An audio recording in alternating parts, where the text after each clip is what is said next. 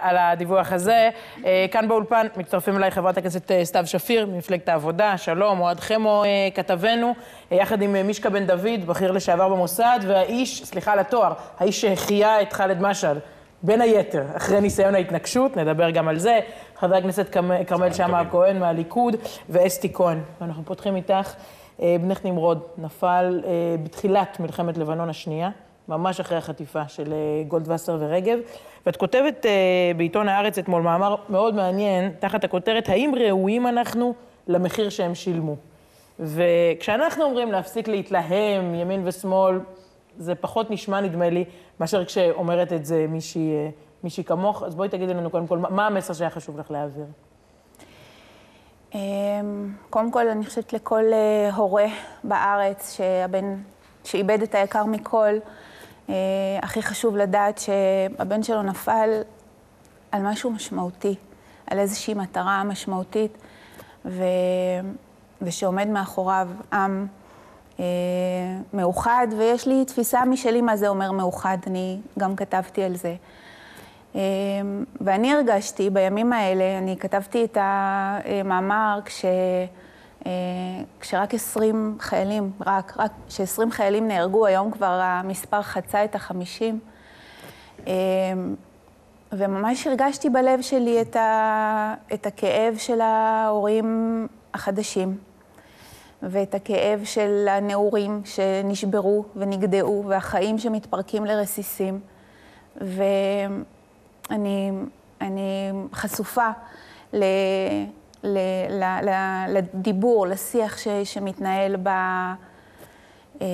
כמו שדובר פה קודם, בטלוויזיה, בתקשורת. אני חוצה את הכביש, אני נוסעת ברכב, אני עומדת בתור, אבל אני גם מחוברת למה שקורה בתקשורת ובאינטרנט. והכי כאב לי באמת זה המקום הזה שאני מרגישה שזה באמת חברה עבודה. שיש בה משהו, יש בה לב נפלא שיודע להתאחד בזמנים של קושי, אבל אין חוסן באמת. כי מה הרגיז אותך? התבטאויות קיצוניות, איחולי אלימות אחד לשני? כן, בכלל לא דיברתי על כיוון מסוים, על צד מסוים,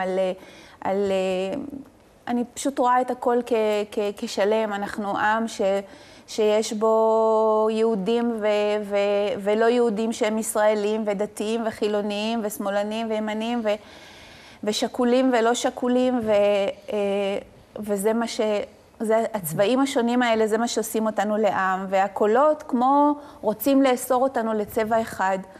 ואני חושבת שהדבר המרכזי שדחף אותי לכתוב, א', זה כי אני לא מאמינה שאדם לא יכול להשפיע, גם אם הוא אחד וגם אם הוא לא צועק ומתלהם ואומר את מה שכולם אומרים.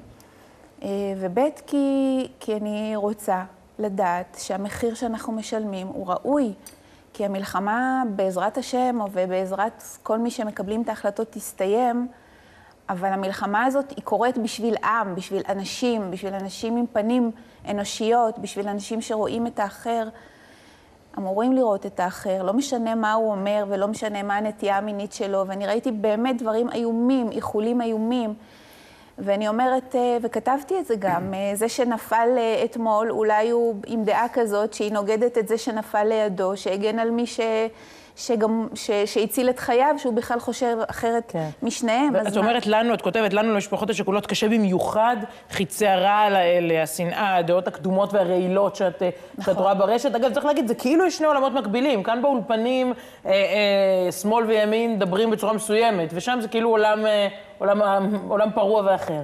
אני חושבת שגם כאן, לפעמים, באולפנים, אפשר לראות את הזרעים האלה, את הזרעים שלמחרת הופכים לפירות ברחוב ובכל מקום.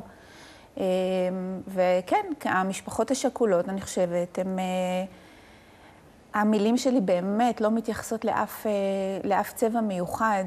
זה בכלל לא היה סטטוס, כתבתי את זה קודם בפייסבוק, בעקבות זה פורסם בעיתון. זה לא היה סטטוס אקטואלי, זה לא היה משהו שיש בו איזשהו צבע פוליטי בכלל.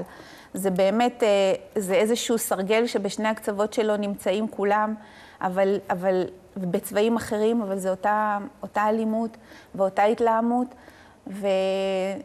ונמרוד, הבן שלי, כשאני חושבת מה אני רוצה להביא ממנו, זה באמת האיכויות שהיו בו, ואני יודעת שהם נמצאים בהרבה אנשים שנפלו, בהרבה חיילים שנפלו. הוא היה רודף שלום, אבל היה לו ברור שהוא צריך להיות שם. ואחד הדברים שהרגיעו אותי אז, עם כל הכאב, זה שהוא נפל ביום הראשון, והוא שמח על המפקדים שלו, והוא ידע למה הוא נמצא שם. הוא לא היה צריך לשמוע את הדיבורים שנאמרו, אם אתם זוכרים, גם אז היו דיבורים כאלה, והוא לא היה צריך לשמוע את זה. תגידי, כשאת שומעת על 53 משפחות חדשות במעגל הזה, כלים שאת אחרי 8 שנים עם התואר הזה, הם שכולה לחלל צה"ל, כלים שאת יכולה לתת להם. כן. כן, יש כלים. אני חושבת שקודם כל צריך לכאוב ולא לדלג מעל הכאב, כי באמת זה שבר שאין כמוהו, אין שבר אחר.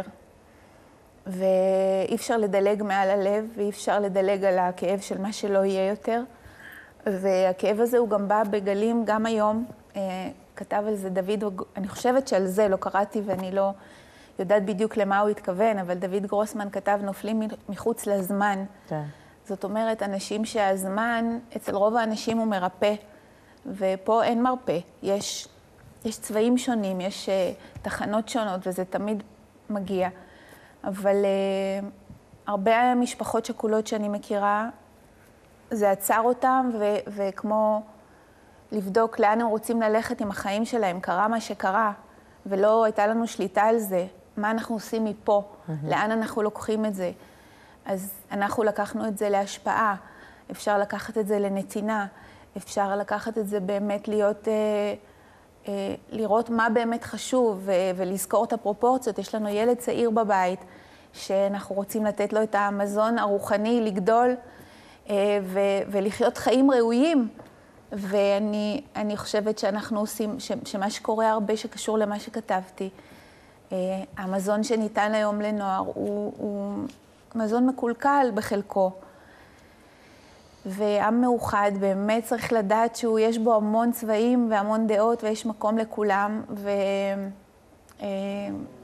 וקודם כל לראות את האדם כאדם, כל אדם.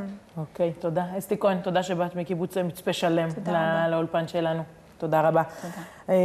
אני רוצה לומר שלום למישקה בן דוד.